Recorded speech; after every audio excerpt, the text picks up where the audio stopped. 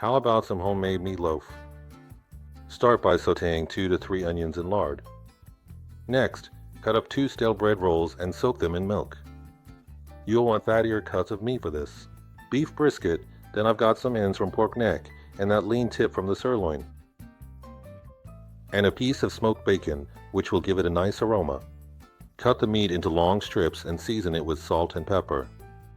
Then sprinkle in a bit of caraway seed. If you season the meat before grinding, the spices will soak in much better. Those long strips of meat basically feed themselves into the grinder. If the meat gets stuck, just use that gadget for it.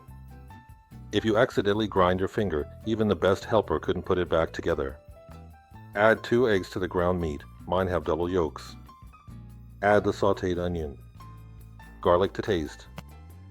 Then add the squeezed out rolls that were soaking in the bowl, 2 heaping tablespoons of full-fat mustard, and some dried marjoram.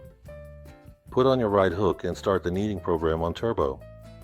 Pour a little water onto a clean cutting board and spread it around. It'll keep things from sticking so much. Smack it against the board a few times with the chopper to get the air out, then shape it into loaves.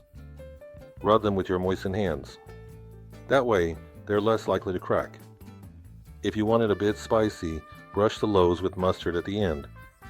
Or, like some people do, you can wrap them in bacon. Pour in a little water and, for this size, bake at 190 degrees Celsius for 70 minutes. After that time, you'll take out 2 loaves of Czech gold. Cover them with aluminum foil and let them rest for 15 minutes. And this kind of classic Czech meatloaf is best served with mashed potatoes.